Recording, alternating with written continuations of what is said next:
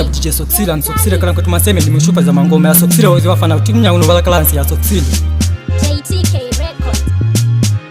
Fire Sting Records baby wangu ndati baby wangu ndowe ndansimbi wangu ndowe ndati baby wangu ndowe ndati msimbi wangu ndowe ndati ndolikego ndati baby wangu ndowe ndati ndolikego ndati msimbi wangu ndowe ndati ndoesho wangu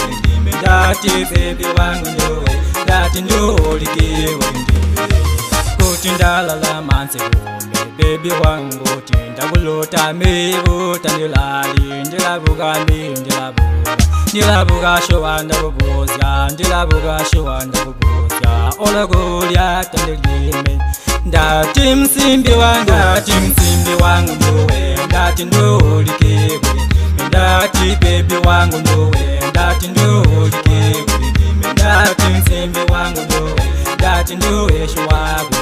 ndati baby wangu ndowe ndati ndolikego ndiyanda ukukwata ndikutoli kulindiswe ndati ndiyanda ukukwata ndikutoli kulindiswe pama vangu valauyanda ndinde wangu lauyanda vanike vangu valauyanda ndati msimbi wangu ndowe ndati ndolikego ndati baby wangu ndowe ndati ndolikego ndati msimbi wangu ndowe ndati ndoesho wangu ndati baby wangu ndowe ndati ndolikego kuti ndalala manse kume baby wangu tinda kulota mibuta ndilali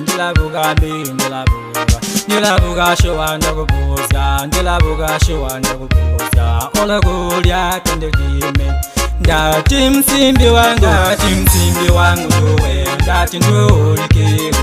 ndati baby wangu ndowe ndati ndolikego ndati msimbi wangu ndowe ndati ndoesho wangu